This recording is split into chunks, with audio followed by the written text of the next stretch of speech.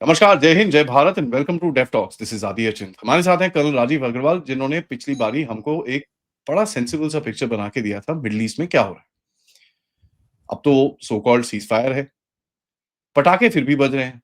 Israel में भी कुछ ना कुछ पटाखे बज रहे हैं, ईरान में भी कुछ ना कुछ बज रहे हैं। And literally serious, there are explosions happening, which is funny. Israel battle damage assessment करना बड़ा मुश्किल है because people are not willing, Israelis are not letting it happen, but कई लोगों ने करा है और इंटरनेट पे डाला है, व्हिच इज़ क्वाइट शॉकिंग। काफ़ी डैमेज हुआ है वहाँ पे भी। And so is in Iran. आगे क्या होगा, बात करते हैं। नमस्कार sir, welcome to show. Thank you Aadi. Sir, ये क्या this is a pause for round 2? क्योंकि पता तो ये चल रहा है कि Chinese are willing to give क्या नाम है आपकी aviation Jeff equipment, JF-10s। Russians ने बोला है हम आपको एयर डिफेंस के लिए चीजें देंगे। S-300 आ रहे हैं इसके अंदर, ईरान के अंदर। And we know for a fact कि इजराइल भी इस टाइम पे रियार्म कर रहा है अपने आप को।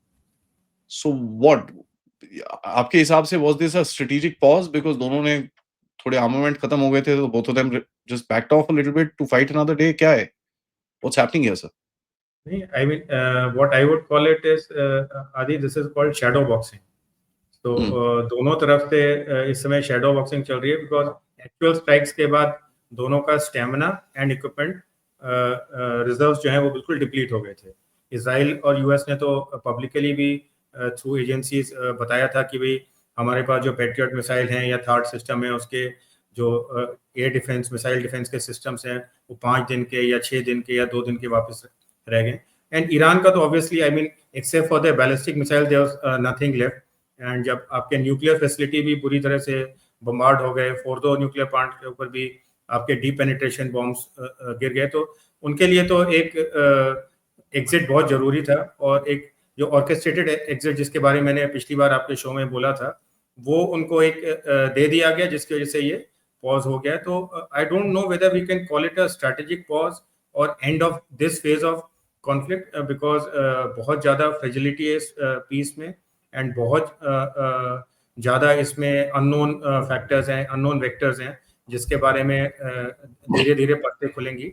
यूएस ने परसों एक स्टेटमेंट दिया था जिसमें उन्होंने बिल्कुल क्लियर कहा है कि किसी भी हालत में ईरान का न्यूक्लियर प्रोग्राम अगर रिजुविनेट करने की कोशिश होती है तो यूएस दोबारा स्ट्राइक कर सकता है।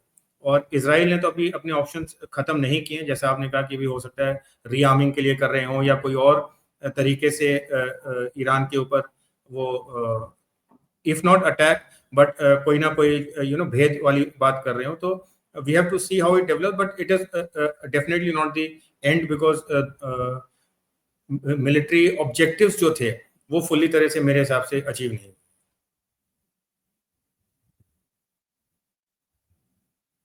आदि आपकी आवाज नहीं आ रही। सॉरी, अभी तक सर वो क्लैरिफाई नहीं हुआ है what were the objectives. Because Israel America के ऑब्जेक्टिव्स बड़े ड्रास्टिकली शिफ्ट हुए over the time. We saw पहले उनका डीन्यूक्लियराइजेशन बोलते रहे, उसके बाद ये न्यूक्लियर स्ट्राइक्स के बाद they started off with regime change. इस टाइम पे there is pretty much no narrative. इस टाइम पे the narrative is being driven Trump के ट्विटर अकाउंट से, जो भी आता है वो नैरेटिव बन जाता है। So what do you think तो was the strategic military objective? See जब 12 जून को आईएईए ने एक ऑब्जेक्शन अपनी रिपोर्ट में निकाला था कि ईरान में भी developing new sites which are even better developed and more deeply buried than Fordow. And उसके बाद उसी का बहाना या उसी को ट्रिगर लेके इसराइल ने 13 जून को अटैक किया था ईरान के ऊपर, and which was done pre basically for taking out the nuclear sites. But जो एक डिफाइंड मिलिट्री ऑब्जेक्टिव था वो था कि ईरान का न्यूक्लियर प्रोग्राम बिल्कुल बर्बाद करना है। ट्रंप के अगर आप ट्वीट भी देखें जो फोर्दो के ऊपर स्ट्राइक किया तो उसने बोला था टोटली ओब्लिटरेटेड। बट जैसे जैसे एनालिसिस धीरे धीरे निकल के आ रहे हैं, चाहे सैटेलाइट इमेजरी के थ्रू, चाहे सिस्मिक रेडियो एक्टिव स्टडीज के थ्रू, एक बात तो क्लियर हो रही है कि जिस तरह का डिस्ट्रक्शन उन्होंने चाहा था वो तो नहीं हुआ है। और ईरान का एनरिचमेंट कैपेबिलिटी आज भी मौजूद है, आज भी सरवाइव कर चुका है। अब वो उसको आगे किस प्रकार ले जाता है वो ईरान के ऊपर निर्भर करता है कि वो उसको किस टाइम फ्रेम में और किस हद तक ले जाते हैं। तो ये तो इनका पहला ऑब्जेक्टिव था। दूसरा ऑब्जेक्टिव, जब 13 जून की पहली स्ट्राइक हुई तो आपने देखा कि उन्होंने साथ ही साथ कहा कि हमारा डायरेक्टली रेजिम चेंज कोई उद्देश्य अगर ना भी हो, बट हम चाहेंगे कि रेजिम चेंज हो जाए। यानी ये इनका एक एम प्लस या अनडिक्लेयर्ड ऑब्जेक्टिव था। हुआ क्या है, रेजिम चेंज हुआ नहीं है, बल्कि because of the military strikes that have taken place in Iran, जो आपने भी देखा, हमने भी देखा, जो न्यूज रिपोर्ट्स आई थी, एक मास सपोर्ट जो कि रेजिम के अगेंस्ट रहता था, वो अगेंस्ट के बदले फॉर में आ गया था रेजिम के। दूसरा, खमेनी ने भी अपने रिपोर्टेडली एक असेंबली ऑफ एक्सपर्ट्स को बता के 3 सक्सेसर्स का एक पूल बना दिया कि इस अंदेशे में कि अगर उसे असैसिनेट किया गया तो जो एक थियोलॉजिकल रेजिम चल रहा है उसमें कोई ब्रेक नहीं आना चाहिए, ऑटोमेटिकली एक सक्सेसर उसका अपॉइंट हो जाना चाहिए। मिलिट्री लीडरशिप, न्यूक्लियर साइंटिस्ट भी जो उन्होंने मारे, because Iran is a structured leadership and structured organisation, हर चीज में दे कुड फाइंड रिप्लेसमेंट, और उनको जो है अपॉइंट कर दिया गया। सो दोनों ही ऑब्जेक्टिव्स में यस बहुत तगड़ी चोट लगी है ईरान को, बट एक जो फुल्ली अचीवमेंट है वो उनका नहीं हो पाया है। सो अगर मिलिट्री ऑब्जेक्टिव अचीव नहीं हुआ है तो क्या वो इसको एक एंड ऑफ द वॉर मानेंगे, या जैसे कि आप कहना चाह रहे हैं कि एक स्ट्रेटेजिक पॉज मानेंगे, वो अभी हमें फिर देखना है। Sir because at the end of it अगर आप प्रॉब्लम सॉल्विंग की बात कर रहे हैं then obviously this is not gonna go forward. And Trump ने अलेजिडली ये बोला था, कहीं से हिंट दिया था कि भाई $30 बिलियन इनको दे देते हैं, ये कर देते हैं, then he walk back from it because of personal जो इनकी गाली गलौज शुरू हो गई थी, which is, I mean, it's quite funny in that aspect. So how आपको कितना चांस लगता है ईरान के अंदर सब कन्वेंशनल तरह से कुछ ना कुछ करेंगे? Because there are groups that have done this before, Pakistan based Jaish ul Adl, Pakistan based ISKP, इन लोगों ने ईरान के अंदर अटैक्स करे हैं। और कासिम सुलेमानी की ग्रेव के ऊपर तो बड़ा क्लियर था that is an ISKP attack. The guy was trained in Bannu cantonment, वहां पर ट्रेन हुआ वो, उसके बाद वो रशिया गया, सॉरी वहां पर जॉर्जिया गया, वहां पर उसको एडिशनल ट्रेनिंग दी गई, टर्की के थ्रू वापस पाकिस्तान में आया, ये सब हमको पता चला था, this was very clear. How much do you think propensity की ईरान के अंदर ये सब कन्वेंशनल एक्टिविटी चलती रहेगी सर? क्योंकि lastly there are drones exploding in Iran every day even now. Aadi ये एक नया चीज नहीं है। ईरान में सब कन्वेंशनल वॉरफेयर के अटेम्प्ट्स पहले भी कैरी आउट किए गए हैं, चाहे वो पाकिस्तान बेस्ड ग्रुप्स हों, चाहे वो इजराइल बेस्ड ग्रुप्स हों। अगर आपको याद हो 2019 या 20 में जंदुल्ला और ईरानियन आर्मी जो डिप्लॉयड थी पाक ईरान बॉर्डर पे, उनके बीच स्कर्मिश हुआ था जिसमें 19 सोल्जर्स मारे गए थे। उसके बाद ईरान ने काफी उसके ऊपर पाकिस्तान के साथ ऑब्जेक्शन भी किया था, और काफी ऑलमोस्ट एक कॉन्फ्लिक्ट होते होते उस समय रुक गया था। पिछले साल भी गए दिसंबर जनवरी में आपने देखा कि ईरान ने पाकिस्तान के ऊपर मिसाइल स्ट्राइक किया था, फिर पाकिस्तान ने स्ट्राइक किया था, वो एक बार करके काम बात खत्म हो गई थी।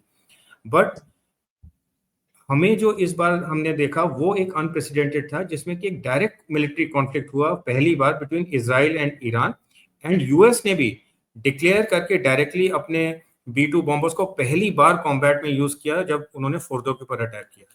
तो सब कन्वेंशनल चीजें पहले भी चलती रही हैं, अभी भी चलती रहेंगी, बिकॉज एक जो अटेम्प्ट है वेस्टर्न माइंडसेट का कि to destabilise the regime and see कि इंटरनली उसको किस प्रकार इम्प्लोड किया जाए अगर आप एक्सटर्नली नहीं कर सकते, वो तो एक अटेम्प्ट चलता रहता है और चलता रहेगा, उसमें नहीं आएगी। जो हमें अभी देखना है, फोकस करना है कि ओवर्टली और directly military dimensions in future वो किस तरह से प्ले आउट हो सकते हैं अगर होंगे। क्योंकि मिलिटरीली से तो both of them have to go back and lick their wounds and keep quiet, and but एक चीज हमको और दिखती है कि हुतीज की तरफ से काफी अटैक्स चल रहे हैं sir. There are massive attacks right now, and Israel के ऊपर pretty much the entire country goes on a red alert when something like that happens. And Houthis we know, Iranian supply करते हैं उनको, we know that entire game. America ने 30 दिन pounding करी इनकी, फिर भी वो it didn't settle out. How do you think the Israelis will react to this, sir? See, Houthis has been a recurring problem for Israel since 7th October. And जैसा आपने बोला 2 या 3 बार यूएस ने अपने डिस्ट्रॉयर्स, एयरक्राफ्ट कैरियर्स, यूरोप ने एक पूरा काफिला भेजा था शिप्स का, वॉरशिप्स का वहां पे रेड सी में, बट हुतीस का अभी तक कोई कुछ बाल बाका नहीं कर पाया है। यूएस ने डायरेक्ट मिलिट्री स्ट्राइक्स भी किए हैं अपने best of the aerial intelligence के थ्रू, बट सना में डैमेज हुआ है, उनके हम जो एक पोर्ट है बहुत इंपॉर्टेंट हुदैदा, उसके ऊपर डैमेज हुआ है, but Houthis have not backed away. And ये because they are got ideological, they got financial and they got military support from Iran, ये एक बहुत ही सेफ लो कॉस्ट ऑप्शन है ईरान के लिए कि हूतीज के थ्रू टारगेट करते रहें। सक्सेस और no success is not the main point as far as Houthis and Iranians are concerned. To keep the Israelis engaged and alert, उतने में ही उनका अटेम्प्ट सक्सेसफुल हो जाता है। अगर कोई एक मिसाइल या कोई ड्रोन इजराइल में गिर जाता है या टारगेट के ऊपर हिट कर देता है, that is an M plus, but just to keep the Israelis engage and alert, उतने में ही हुतीज का एम अचीव हो जाता है। तो what is the, I mean ये तो फिर this is gonna be a basic, ये चलता रहेगा ये तो गेम, इसके अंदर कुछ चेंज नहीं होगा sir. what have we changed in the strategic position with regards to Iran then sir? ये आपका बिल्कुल सही क्वेश्चन है, और इसके बारे में मैंने लिखा भी था कि भाई अगर ये दोनों मिलिट्री ऑब्जेक्टिव जो जिसके बारे में हमने अभी जस्ट बात की, destruction, complete destruction of Iran nuclear program and regime change, ये दोनों अगर नहीं अचीव हुए हैं तो क्या हम 12 जून पे जो स्थिति थी उसी पे वापस आ गए हैं या हमने कोई आगे कदम बढ़ाया?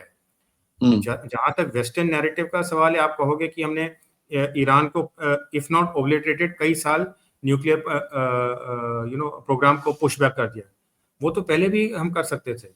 पहले भी जब हमने इसके बारे में बात की थी, न्यूक्लियर टॉक्स चल रही थी, तो न्यूक्लियर टॉक्स में सबसे बड़ा एक मुद्दा था कि इनरिचमेंट को इस लेवल पे लाया जाएगा कि न्यूक्लियर वेपन बनाने के लिए जो आपको स्पीडिंग अप चाहिए, एनरिचमेंट चाहिए, वो कई सालों तक पुशबैक हो जाएगा।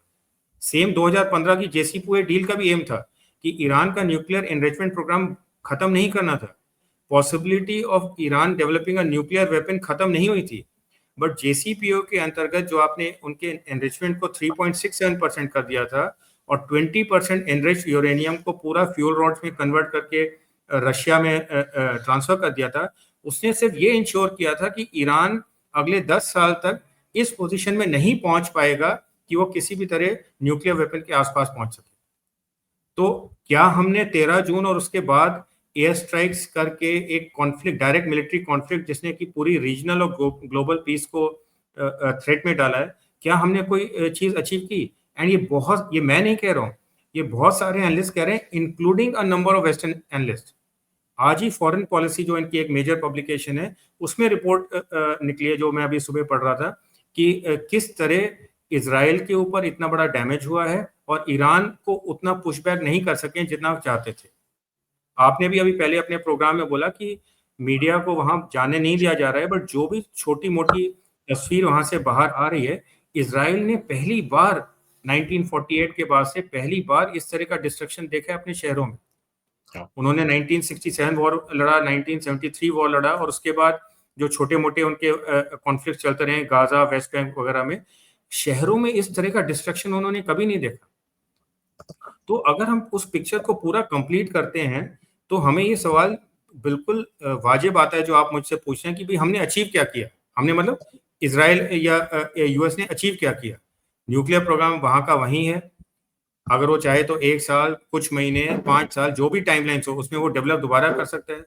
रजीम वीक था, आपने उसको और स्ट्रांग बना दिया बिकॉज आपने पूरे नेशन को उसके साथ कर दिया है। वो अपने इंटरनल डिस्प्यूट भूल गए हैं कि इकोनॉमी डूब रही है, रजीम ने बहुत ज्यादा पुशबैक किया against social and cultural norms, women के अगेंस्ट बहुत ज्यादा एट्रिशन हुआ है।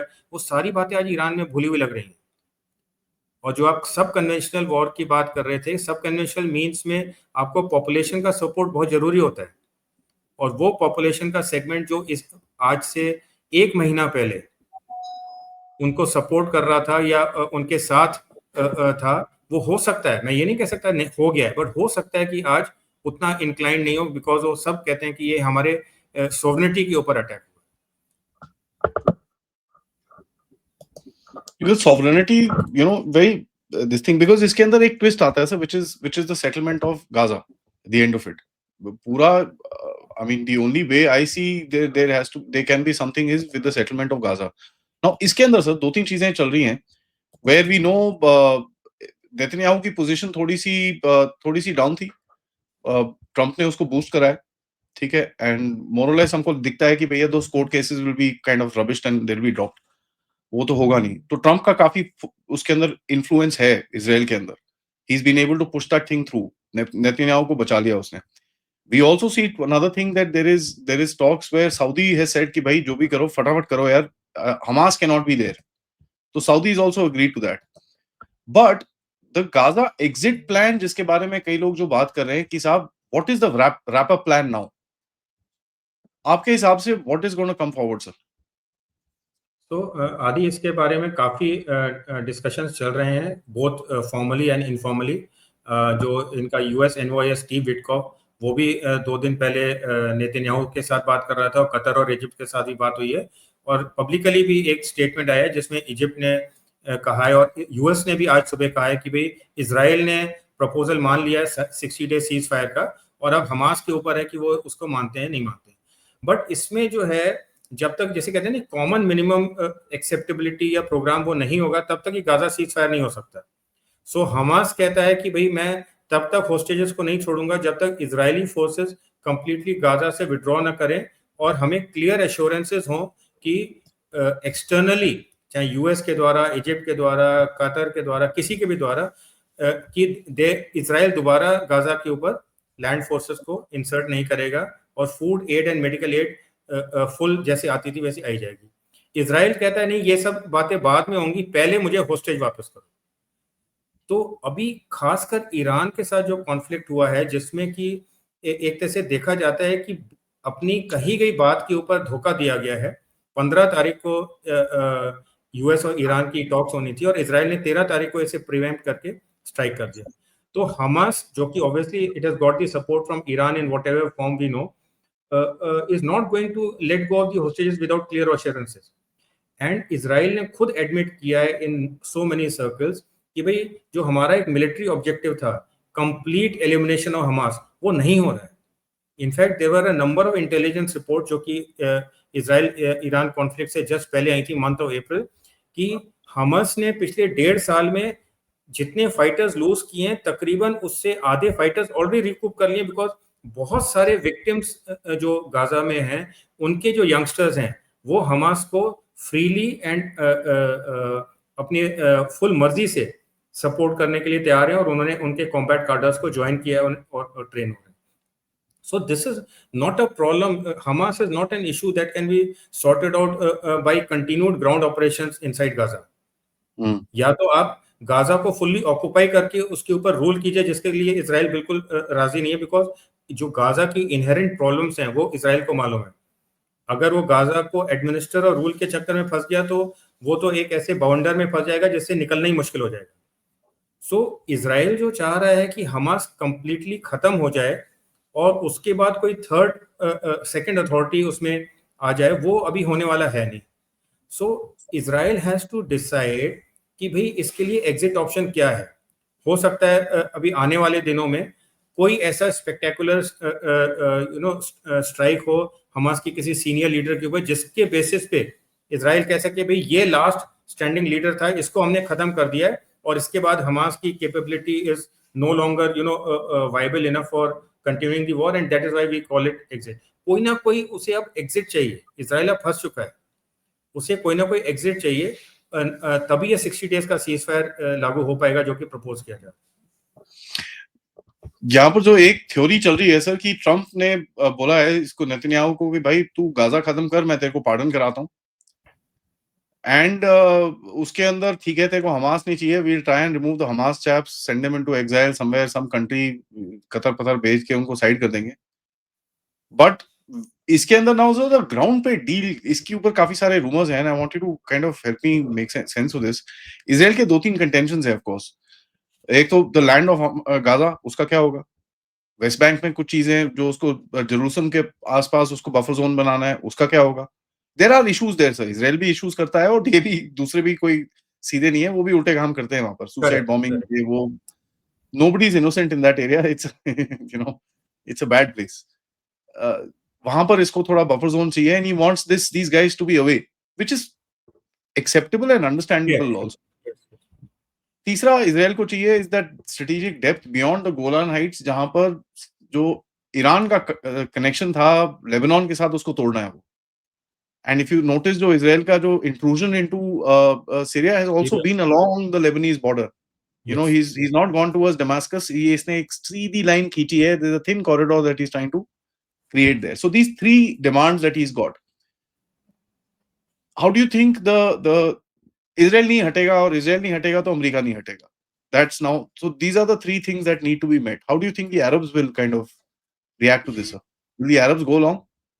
सी अरब्स की बात मैं इसके बाद करूंगा। पहले जो आपने मुद्दा उठाया था रिगार्डिंग ट्रम्प एश्योरिंग नेतन्याहू कि उसके केसेस ड्रॉप हो जाएंगे। सो केसेस नेतन्याहू के ऊपर दो तरह के चल रहे हैं।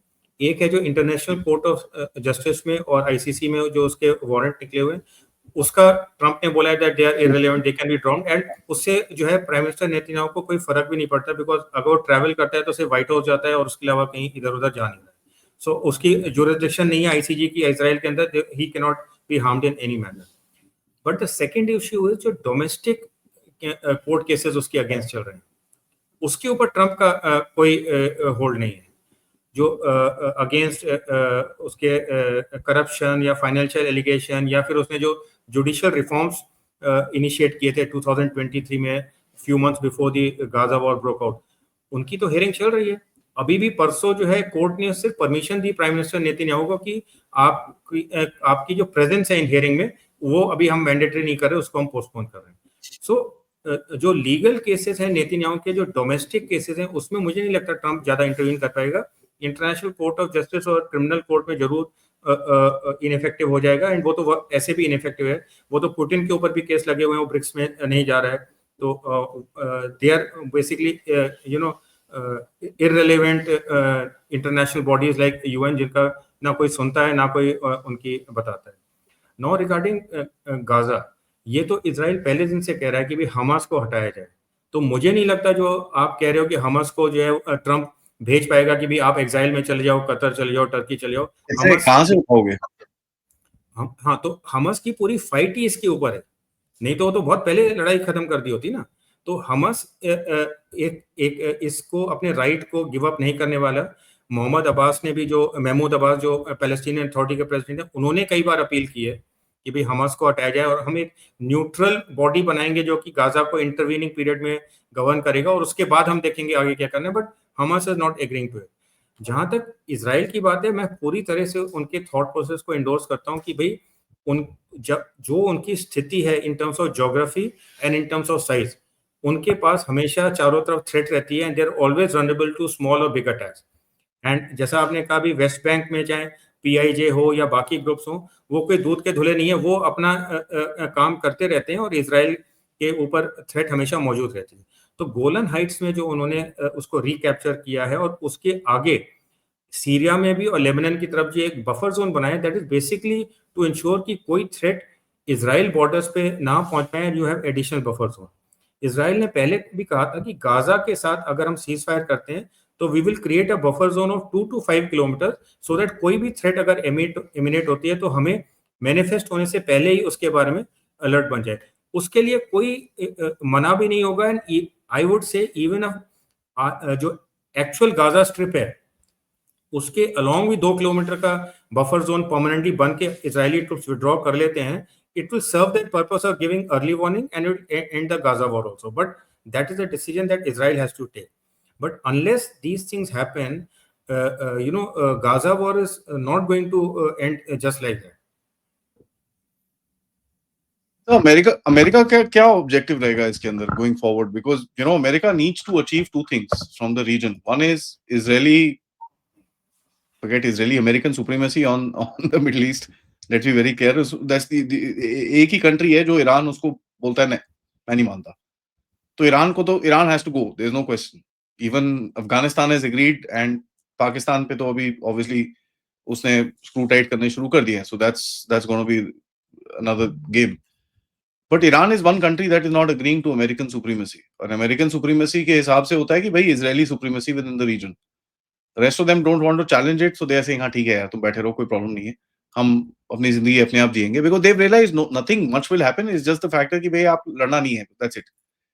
तो how do you think this America का जो एक स्ट्रेटेजिक ऑब्जेक्टिव है, let's say regime change and this and that, what they're talking about, they go forward, what happens after that? Does that really achieve everything? क्योंकि the main game जो 90s में America बोलता था, when they first started recognizing China as a threat, they said if we get Iran by the throat, no क्या, if we get Iran we'll have China by the throat. ये उनका एक thought process होता था. How do you look at this? See ये जो Iran के साथ एक एनिमोसिटी है और एक जो एक थॉट प्रोसेस है कि ईरान को सबड्यू करना है और खत्म करना है, ये कोई नई चीज नहीं है. 13 जून को नहीं स्टार्ट हुई है, ये कई दिन से है, कई सालों से है, डिकेड से है. इनफैक्ट 2012 में जब फोर्डो प्लांट फुल्ली ऑपरेशन हुआ था, तब से अमेरिकन ट्राई कर रहे हैं, पेंटागन अपने पूरे एनालिसिस कर रहा है कि किस तरह फोर्डो को ब्रीच किया जा सकता है. आपको क्या लगता है कि 13 साल के बाद फोर्डो को क्यों अटैक किया गया? उसमें कुछ चेंज नहीं हुआ है. Even at the start they would have known कि ये सिर्फ partial damage होगा, but it will be more symbolic than actual. So Americans का thought process कि ईरान में regime change होना है, ईरान को खत्म करना है, ये नया नहीं है. But they also realize that it is not practically possible or feasible in whatever time frame they are looking at. जहां तक आपने अरब कंट्रीज की बात की थी पिछली क्वेश्चन में, मैं उसके बारे में बात करना भूल गया. अरब कंट्रीज ने 7 अक्टूबर से आज तक 2 चीजें की हैं. पहली बात, उन्होंने हर बार जब भी इजराइल ने कोई बड़ा अटैक किया है, गाजा में कोई हॉस्पिटल पे अटैक किया है, कोई ह्यूमैनिटेरियन एड को रोका है, कोई बहुत बड़ा मैसेकर हुआ है, हर बार उन्होंने सिंगुलरली या जॉइंटली कॉन्डेमनेशन स्टेटमेंट निकाले हैं through their individual foreign ministries या फिर उनके जो OIC सेक्रेटेरिएट, अरब लीग एक्सेट्रा. इवन ईरान के ऊपर जब अटैक हुआ 13 जुलाई को, तो 16 जून को 21 countries, Arab and Muslim countries ने एक जॉइंट स्टेटमेंट निकाला कि we side with the brother country of Iran and sovereignty can not be targeted. So ये तो एक पहला चीज है कि उन्होंने हर बार इसको किया, बिकॉज दे फील ओब्लाइज्ड कि भी as a regional country and a Muslim nation you have to side, and Palestinian issue has been the core of the fight between West Asian countries and Israel. But the second issue is equally important. किसी ने भी इस condemnation के अलावा और कोई काम नहीं किया है. Everybody is sitting on the sidelines and watching how things unfold. So these are the two important things that we have to see as far as Arab countries are concerned in this. Why is it? Because September 2023 में जब Israel और Saudi Arabia का normalisation almost final हो गया था, it was based only on one fact कि Palestinian issue is not worth fighting for in the longer run और blocking the larger canvas of economic prosperity and diversifying the economy beyond the oil based economy as far as the region is concern. So हम Palestinian के साथ morally supported रहेंगे. 2 state solution को हम support करेंगे, voice करेंगे, but साथ ही साथ अब्राहम अकॉर्ड जैसा UAE ने 2020 में किया था, सऊदी अरेबिया भी नॉर्मलाइज करेगा इसराइल के साथ और इकोनॉमिक प्रॉस्पेरिटी की पाथ पे आगे बढ़ेगा, rather than getting boxed down by issues like Palestinian issues. This has changed only in the form that they were forced to take a back step when Palestinian issue flared up and took center stage on the global map. But जिस दिन ये issue subdue हो जाएगा, back burner पे चला जाएगा, Arab Israel normalisation will be back on track.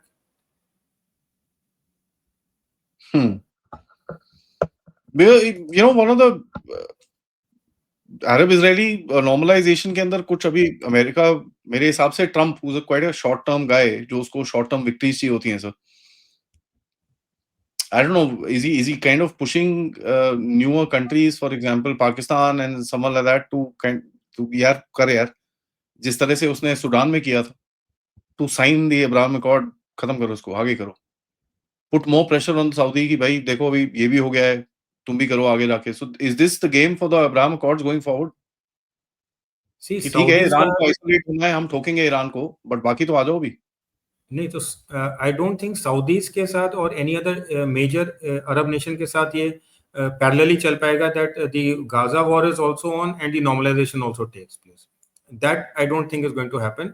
But yes, countries like Syria and Lebanon who have seized fire and who want to now come on within the good books of the US and Israel by Lebanese government, saying that we are banning Hezbollah from operating. We will take care of Hezbollah. We will man the green line and ensure that Hezbollah does not cross the green line on the Litani River. Syria में अल-शारा तो US का poster boy बनी गया है पिछले कुछ महीनों में.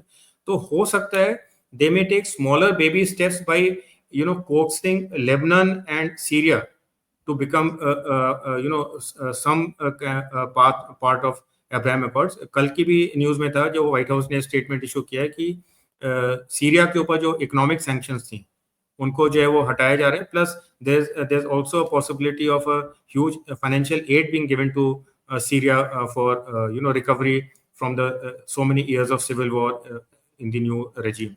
So Syria and Lebanon are low-hanging fruits for US to see. Pakistan is a long shot. और पाकिस्तान का अब्राहम अकॉर्ड्स में आने या ना आने से कोई डायरेक्ट इम्पैक्ट नहीं पड़ेगा अरब वर्ल्ड के ऊपर.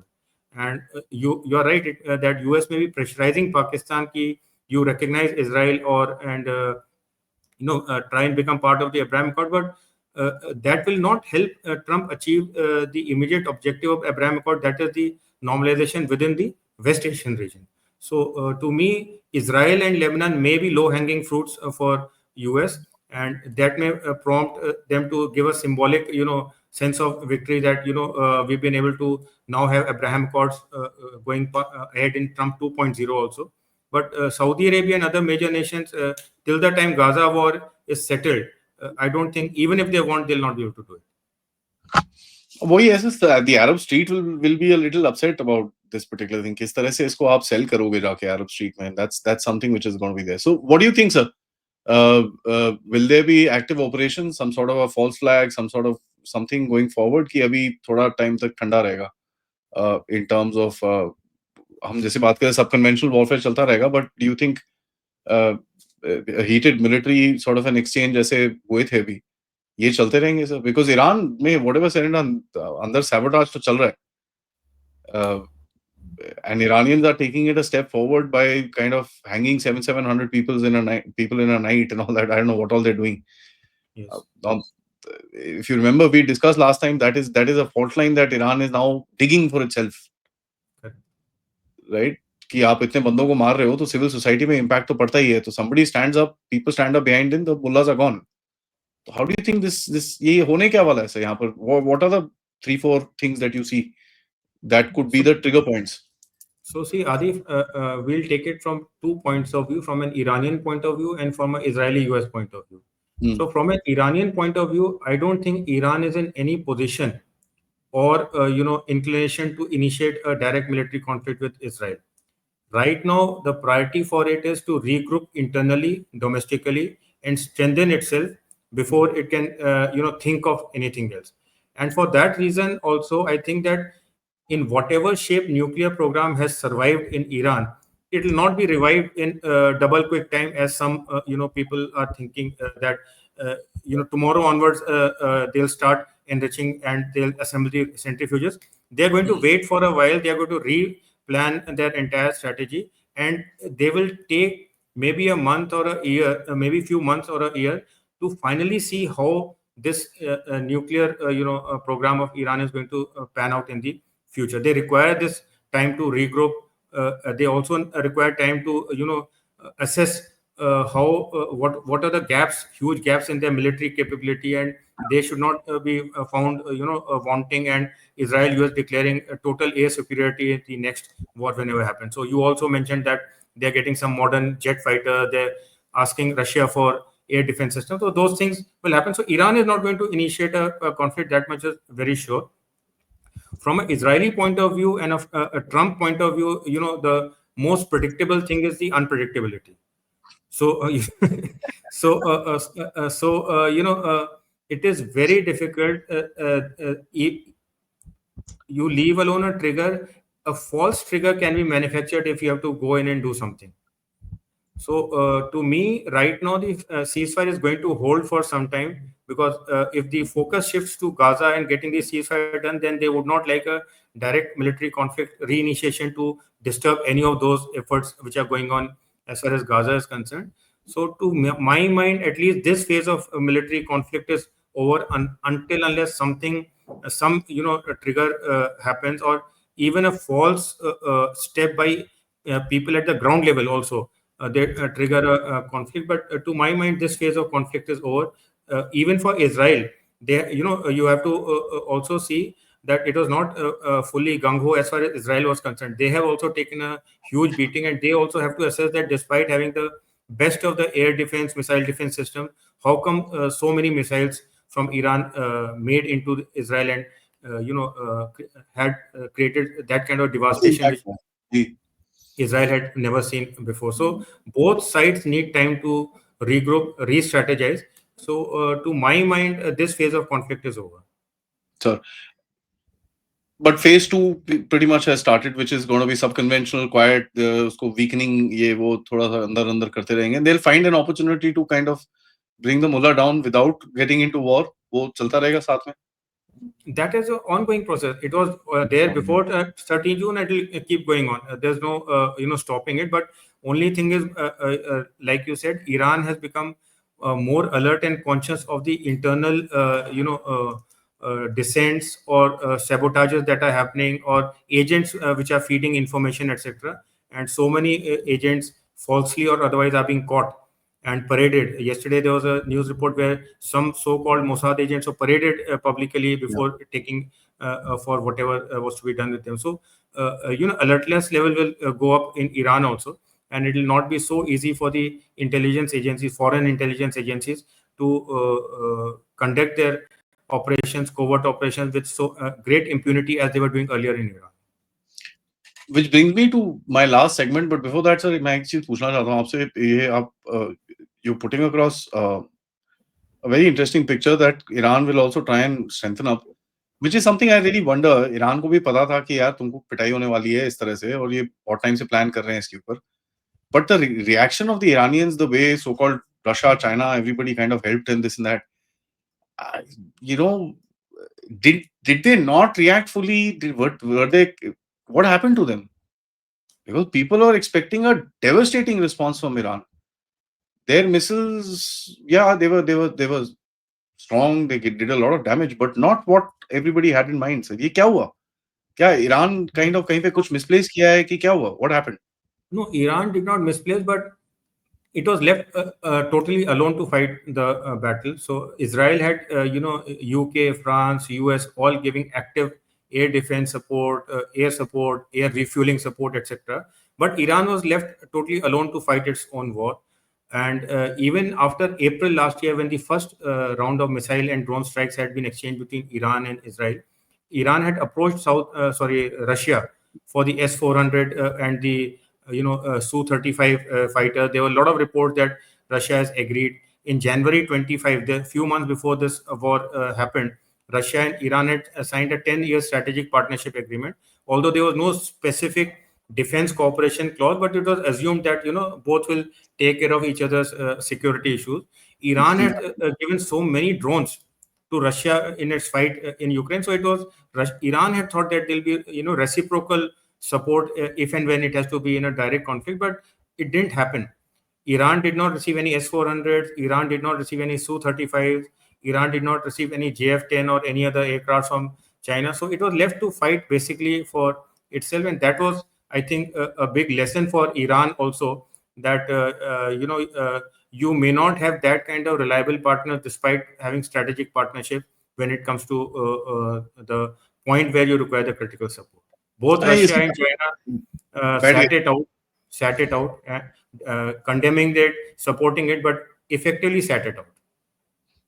Which is what my last part is, sir, कि अभी आप देखिए, when you look at the Russia-China angle, China ने बोला है भैया we will not stand for this, we will give this, that, and the other 50 चीजें उसने बोली हैं. There are, funnily speaking, America में ये reports already चल रही हैं कि भाई Iran has already sent the 40 jets. तो the ship is landing in this. मैं सोच रहा भाई ये क्या है, सब्जी मिल रही है क्या, उठा के लेके आके दे दिया उनको and all that. I don't know what is the thing, but in any case, you can see these guys wanting to rearm him and do this. Sir, Russia का angle बड़ा interesting है, and let's take both these players separately. Russia Do you think Russia will give up on Iran for Ukraine, sir? I don't think you can call it that way. It is not a zero-sum game that No, but some Russia sort will of. take Ukraine but give up Iran, because Ukraine, Russia is already fighting because of various concerns, grievances that it had against the NATO, and as Russia says, it was forced into initiating this special military operation. But the Western obviously narrative is different, that Russia had initiated unprovoked and unilateral strikes on offensive into Ukraine. But Iran is very important for Russia because of one very big reason, that Syria, which was a very big support for Russia, especially because of its naval bases in Tartus, etc., which gave them access to warm water ports. Now that is gone. Although Russia still retains those naval bases, but it is unlikely that with Al Shara government getting kind of support from US, it'll be able to support Russia in the same manner as Assad was doing. So now for Russia, Iran has become a very important ally, especially after Syria has gone. So I don't think Russia will let go of Iran, but how it plays out in terms of active military support and cooperation, that is what we need to see. And you're mentioning about equipment landing in by ships or aircrafts into Iran. We both understand that any defense equipment or platform, it just can't land up into a country and be used effectively. It is a and especially this modern weapon platform system, they are fully networked, they have a support system, they have a logistic system, and the human resource which is operating it needs to be trained, needs to be trained effectively, deliberately, and integrated into the entire military operational system of a country. You just can't give 40 jets to a country and expect that country to use them straight away. And here I would also like to quote the Indian example. I think the first set of Rafales came into India in 2019, but that was after so much of integration and training which took place almost 3 to 5 years before the first lot started coming in. And thereafter also, till the time Rafales got fully integrated into the Indian air operations and air defense operations, there was a whole lot of logistics and support and networking systems that took place. So you just can't gift an aircraft or a weapon platform and expect that it is going to fire.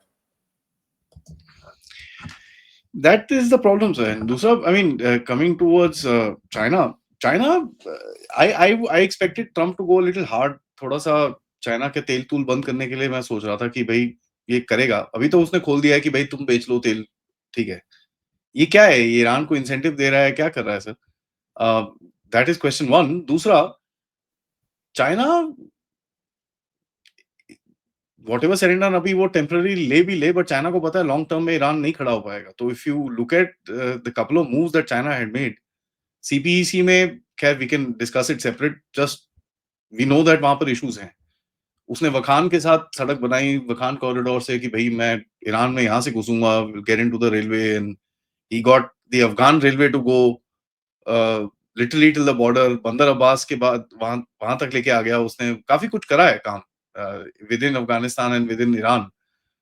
What happens to all that sir? Because ये तो it's not a constant, right? आप ईरान से तेल खरीद पाओगे, कल को कुछ उल्टा हो गया तो चाइना का तो ये पूरा गया. How does China see itself in this position, knowing the fact कि भाई 40-50% आपका तेल वहीं से आता है?